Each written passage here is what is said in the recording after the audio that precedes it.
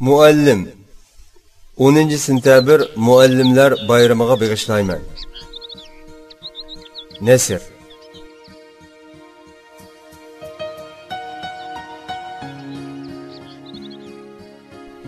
Muallim ilim sizga ilim o'rgatkichi.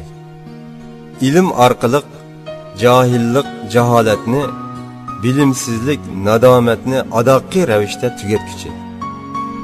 Mushu amaliyat va ahamiyatdan elib aytganda, muallim bu jahonda o'zining qilgan halol amgiki bilan g'ururlanishga haqli birinchi buyuk inson. Muallim shug'ullanadigan kasb odatda muallimchilik deb ataladi. Muallimchilik kasbi muallimni bir umr o'rganishga dalolat qiladi. İnsanning aqlini lol qiladigan yeri shuki, muallim bu umrvoyat o'rganishdan mutlaq vaysamaydi, hargiz dotlamaydi. Chunki u shuni obdan biladi-ki, umrvoyat o'rganishni o'ziga ravo ko'rmagan, umr bo'yi to'xtovsiz o'rganish orqali yangidan yangi maydonga kelib turadigan zurur ilim ne'mati bilan o'zini to'yindirib turishni xohlamaydigan odam faqat muallimchilik kasbini suiiste'mol qilib kun o'tkazadigan kundarchi bo'ladi-ki, hargizmi haqiqiy ma'nodagi muallim bo'la olmaydi. Mushu qimmat va sifatdan elib aytganda, muallim ilm o'rganishda hamisha oldingi safda mang'uchi avangard inson. Muallim ongliq jafokash inson. U oldi bilan o'zi tekrar va pishiq o'rganadi, o'rganganni yaxshi hazm qiladi, atrofliq muhokamadan o'tkazadi. Ondan uni o'quvchi shogirdlarga amaliy misollar bilan tushuntirib o'rgatadi. Ondan u o'rgatganlarini pishiqlab o'zlashtirish uchun o'quvchilarga topshiriq beradi, tajriba ishlatadi. Ondan oqshom keshlari chiroq ostida mukchiyib o'ltirib, topshiriqlarni xatma-xat, jumla ko'rib tekshiradi, xatoliklarni, nuqsonlarni erinmay birdan tuzitib chiqadi.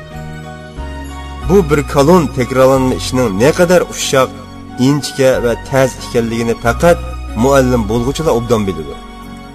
Ahamiyatli yeri shuki, muallim bu ishlarning hammasini buyuk samimiyat va yuksak himmat bilan, ongliq, rozimanlik bilan qiladi. Muallim imonliq inson. İman degan nima? İman ishonch demakdir.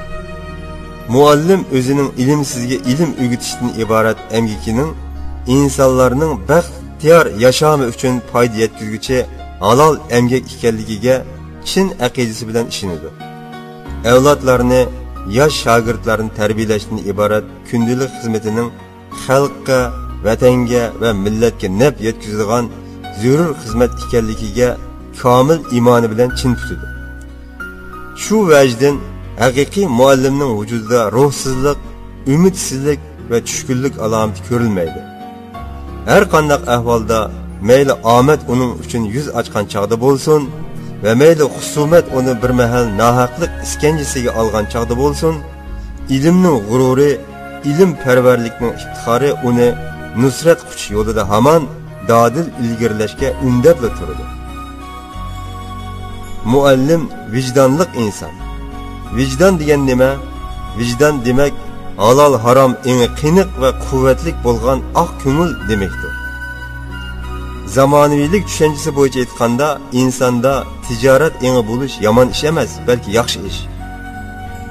Ammo muallimda bu shogirdimga buni bilimni o'rgatib qo'ysam, menga bu shaxsdan qanchalik naf yetar va qanchalik sop foyda qolar degan tijoriy ong bo'lmaydi. Aksicha uning ko'nglida men bu insonga bu bilimlarni o'rgatib qo'ysam, mushu o'rgatishning sharofati bilan mazkur inson o'z hayotida nodonlikdan xoli bo'lgan bilik ichida madaniy yashab o'tsa degan xolis niyatdan boshqa hech qanday g'ayri o'y bo'lmaydi-ki, bu faqat ilm o'rgatuvchi muallimga xos bo'lgan oq ko'ngillikdir. Oq ko'ngil sahib bo'lmagan odam muallim bo'la olmaydi. Vijdon egasi bo'lmagan inson oxirgi hisobda muallim degan sharaf nomiga haqiqiy ravishda erisha olmaydi. Muallim salofat va sharofat egasi.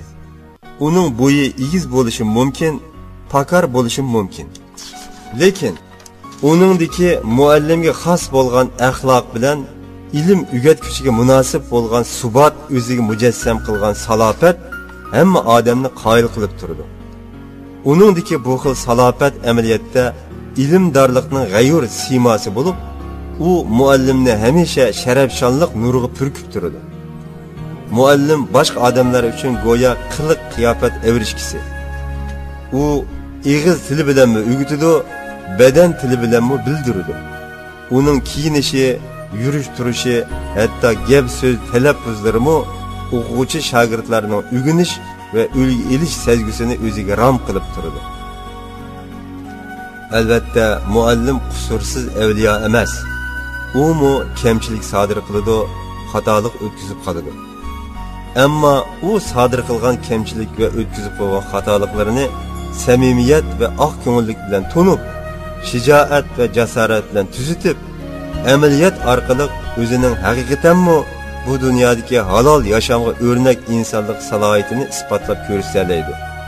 Chunki muallim degan muayyan ma'lumotlarni tashviq qilishni biladigan jonsiz koinot emas, balki u ilm bilan yetilgan iqtidor egasi, bilik bilan qaddini rus qilgan ixtisos egasi. Nomi ish amaliga munosib bo'lgan muallimdagi samimiyat prinsipi, poklik, diyonat o'lchiki va fazilat normasi uni hamon boshqa bo'lmug'ur illatlarni xalos topqizib, mardonlar maydonida g'olib qiladi. Mening tunishim va tushanjamdagi muallim ana shundoq. Shunga men muallimchilikni qavatli so'yman. Ilmdorlikqa chindan kuyman. Ismi jismiga munosib bo'lgan ishchan, ammo qanoatchan inson muallimni chin dilim bilan hurmatlayman. Shu turuqda ijozat bo'lsa, yurakdagi hurmatimni buni bir jumlaga mujassamlayman. Armag'aysiz, bayramingiz muborak bo'lsin muallim.